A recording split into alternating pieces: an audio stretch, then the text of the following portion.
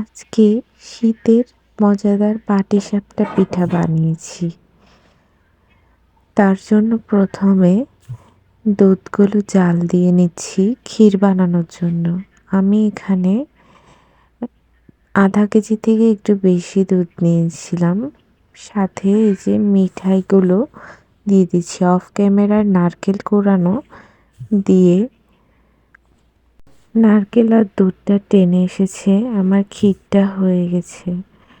তারপর এখানে চালের গুঁড়ি আর পরিমাণ মতো মিঠাই দিয়ে পাটিসাপটা পিঠাটা বানানোর জন্য গোলাটা গুলে নিয়েছি। তারপর ফ্রাই প্যানে সামান্য তেল ব্রাশ করে নিয়েছি।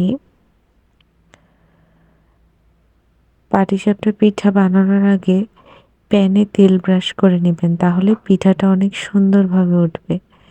তারপরে যে পিঠার গোলাটা দিয়ে দিয়েছি। পিঠার কনসিস্টেন্সিটা আপনারা দেখেই বুঝবেন, এটা আসলে মুখে বলার মতো কিছু নেই।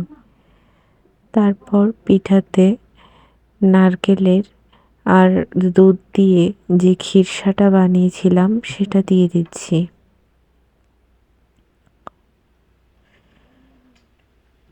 এভাবে কিছুক্ষণ রেখে আমি পিঠাটা ফোল্ড করে নেব। পাটিসাপটা পিঠাটা এভাবে ফোল্ড করতে আমার অনেক ভালো লাগে।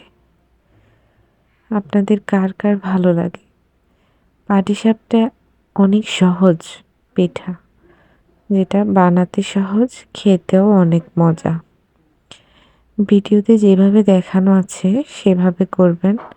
আপনাদের সুবিধার জন্য আমি আরও কয়েকটি পিঠা বানিয়ে দেখিয়ে দিচ্ছি কিভাবে করবেন। যারা নতুন তারা ভিডিওটি ভালোভাবে দেখলে অনেক সুন্দরভাবে পাটিসাপটা পিঠা বানাতে পারবেন।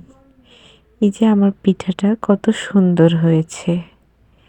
এখন আমি ডোটা একটু কম দিয়ে একটু ছোট সাইজেরও একটি পাটিসাপটা পিঠা বানিয়ে নিচ্ছি।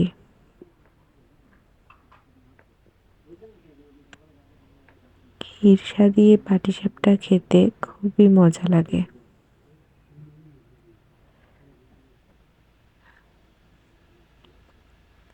কেউ চাইলে এই ক্ষীরসাটা বাইরে থেকে কিনে আনা ক্ষীর দিয়েও করতে পারেন, আর নয়তো এভাবে আমার ভিডিওতে দেখানো নিয়ম অনুযায়ী বাড়িতে বানিয়ে নেবেন।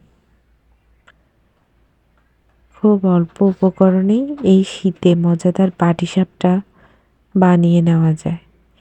যে আমি এভাবে প্রত্যেকটা পিঠা বানিয়ে নিয়েছি। এটা ডোটা কম দিয়েছিলাম তাই একটু ছোট হয়েছে আর কি। এই যে আমার পিঠা বানানো শেষ, এখন পরিবেশন করে নিলাম। ভিডিওটি কেমন লেগেছে জানাবেন।